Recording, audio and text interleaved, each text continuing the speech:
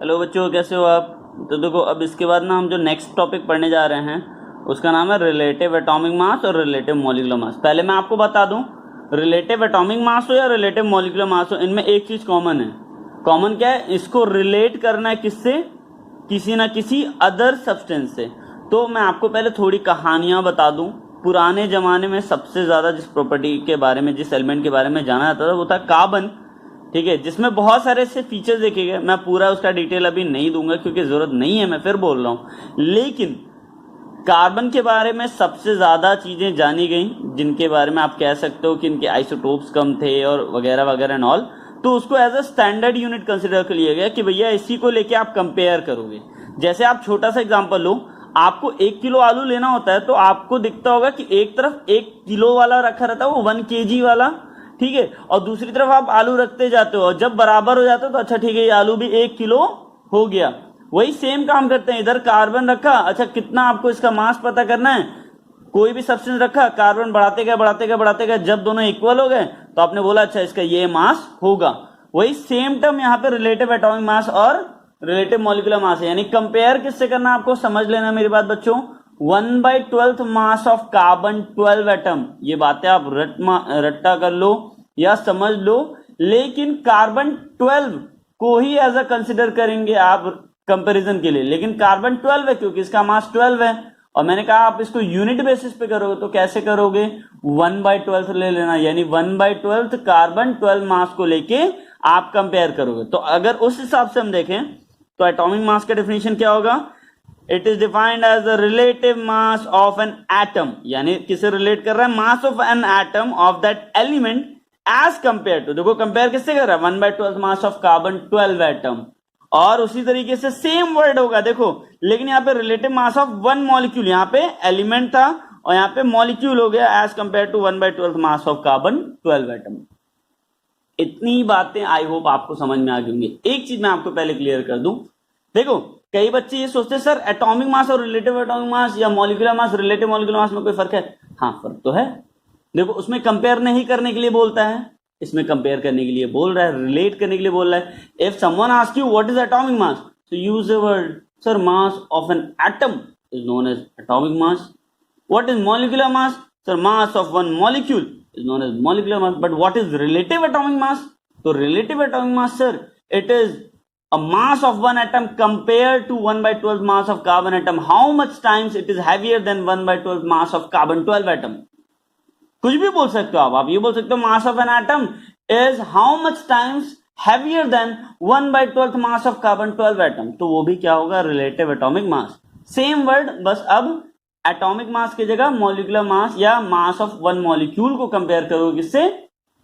1/12 mass of carbon atom को, तो ये मॉलिक्यूलर मास हो गया। आई होप बच्चों इतनी बातें आपको समझ में आ गई। लेकिन देखो कई लोग कंफ्यूज होते हैं, सर इनका यूनिट क्या लिखेंगे? तो मैं आपको बता दूं, इन दोनों का यूनिट होता है एएमयू। एएमयू का फुल फॉर्म होता है एटॉमिक मास यूनिट। तो अब मुद्दा आया कि सर एएमयू है और हम तो अभी तक ग्राम सुने हैं, कभी जिंदगी में एएमयू नहीं सुने हैं। तो ठीक है, समझ भी लो कि 1 एएमयू में बेटा 1.66 इंटू 10⁻⁻24 ग्राम होता है। अगर कई बच्चों के मन में आएगा ना कि सर ये कैसे होता है, ये एक बार बताइए, तो ये मैं आपको बता दूंगा, आप उसका टेंशन ना लो।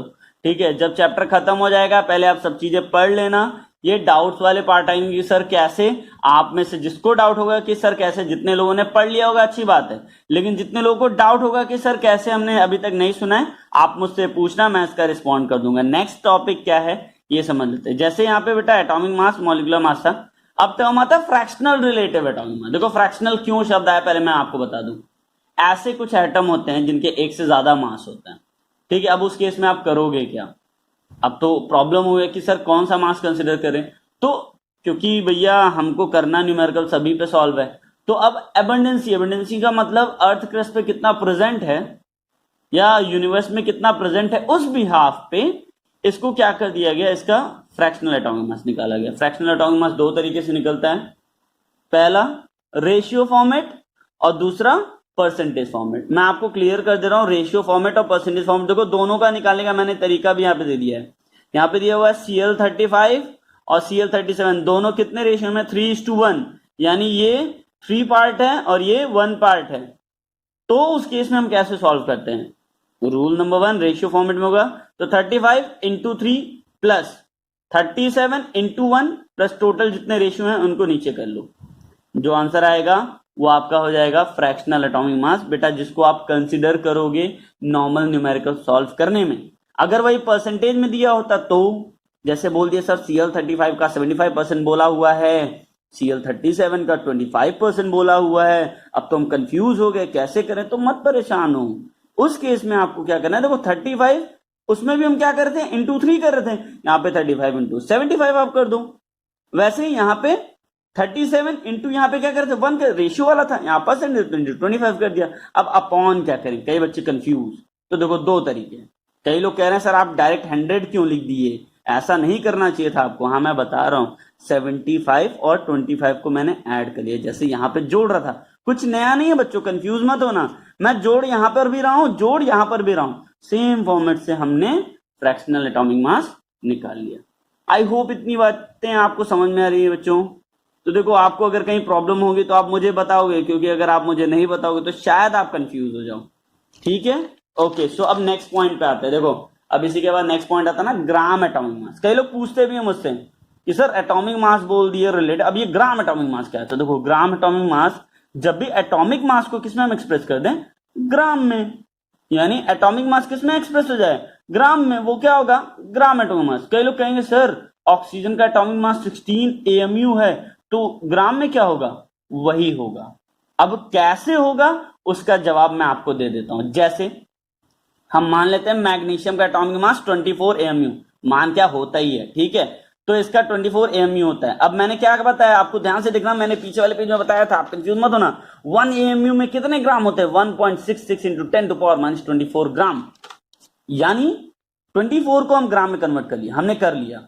लेकिन याद रखना बेटा, जब ग्राम एटॉमिक मास बोलता है तो बोलता है 1 मोल में बताइए। जैसे आलू का वेट करना है तो केजी, इसका करना है, तेल का करना है तो लीटर। वैसे ही एटम्स को काउंट करने के लिए मोल आ गया। तो मैं आपको पहले बता दूं, मोल एटम में आपको बताना है कितना ग्राम होगा, ये तो एक एटम का मास इन ग्राम आ गया।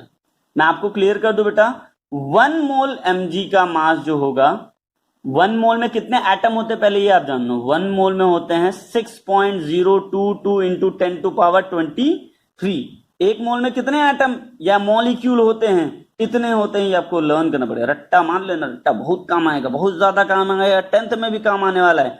तो यानी 1 मोल में कितने एटम हुए, 6.022 इंटू 10⁻23, या मॉलिक्यूल कितने हुए, इतने ही। तो ये चीजें अगर आपको पता है, आपने एक एटम का निकाल लिया, यानी इतनी आपको पता है, तो 6.022 इंटू 10⁻23 का कितना मास होगा, इसी मल्टीप्लाई कर दो। जैसे हम मल्टीप्लाई करोगे आपको पता चलेगा लगभग सेम आ गया। यानी जितना एटॉमिक मास इन AMU उतना ही ग्राम एटॉमिक मास इन ग्राम।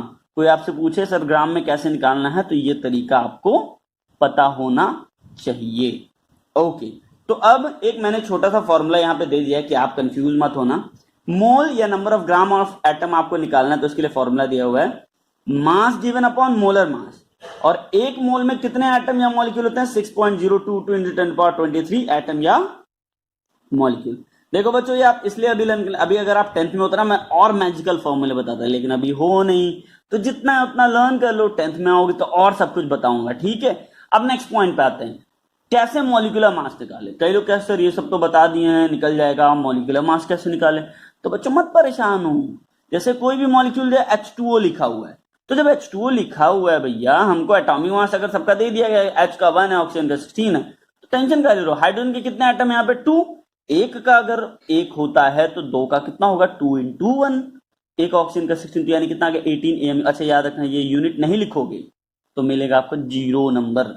और दूसरा है CO2, तो देखो कार्बन कितना है 12, अच्छा ऑक्सीजन कितना है 2 है, और एक का मास कितना है 16। तो हमको क्या पहले मल्टीप्लाई करना मत भूलना बेटा, क्यों, क्योंकि एक ऑक्सीजन का होता तब आप 16 लिख देते चल जाता, लेकिन कितना है 2, तो इसीलिए इंटू 2 कर दिया। तो टोटल कितना आया 44 AMU। याद रखना बेटा, आपको जोड़ते रहना है। अब ऐसा नहीं कि सर यहाँ पे कुछ नहीं दिया तो मल्टीप्लाई कर दे, क्या नहीं, ऐड करोगे अलग अलग आइटम का। तो बच्चों ये लास्ट टॉपिक है परसेंटेज कंपोजिशन। सबसे पहले समझ लो परसेंटेज कंपोजिशन में हमको क्या क्या जानना है। मुझे ये बताओ, आपको परसेंटेज निकालने आता है? Marks obtained upon total marks into 100 करते हो ना, वही सेम कॉन्सेप्ट यहाँ पर भी है।